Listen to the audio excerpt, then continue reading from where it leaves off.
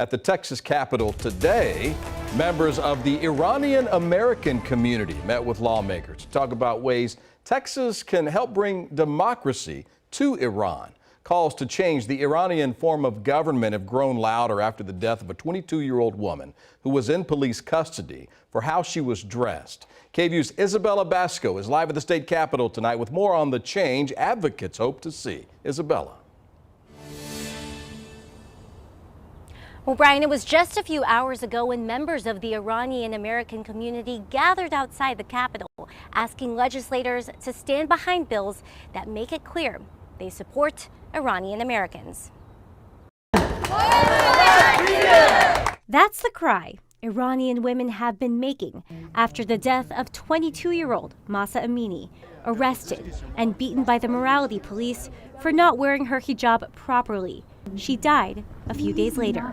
Her death leading to a movement demanding a regime change, and it's trickling to the Lone Star State. With everything going on in Iran, their voices are not being heard. And so it's our responsibility as citizens and as Americans and as well as Iranians to be here to represent them. As Iranians fight for women's rights, an end to human rights abuses, and free and fair elections, Mojdeh Garbi wants to be part of the discussion.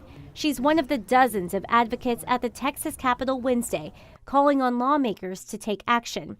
On the federal level, they support the Mahsa Act, which requires the president to impose sanctions on certain people and entities affiliated with Iran. We have an act that is really focused versus just this kind of a blanket statement, which I think is really important. And here in Texas, they want to change Senate Bill 147. Right now, the bill would ban immigrants and companies from 4 countries, including Iran, from buying land in Texas. The group wants to make sure people not associated with the extremist Islamic Republic aren't punished. Many of the individuals that are here because of prosecutions, are here because they had to flee their country, they're refugees. The author of the bill, Brenham Republican State Senator Lois Kolkhorst, says the legislation is a matter of national security.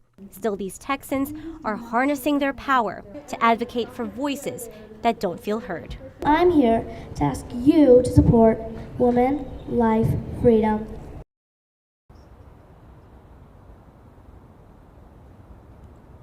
And I reached out to Senator Kolkhorst's office for an interview. They gave me a statement that reads in part, the bill will make crystal clear that the prohibitions do not apply to United States citizens and lawful permanent residents. Brian? Isabella Basco live for us at the Texas State Capitol. Thank you, Isabella.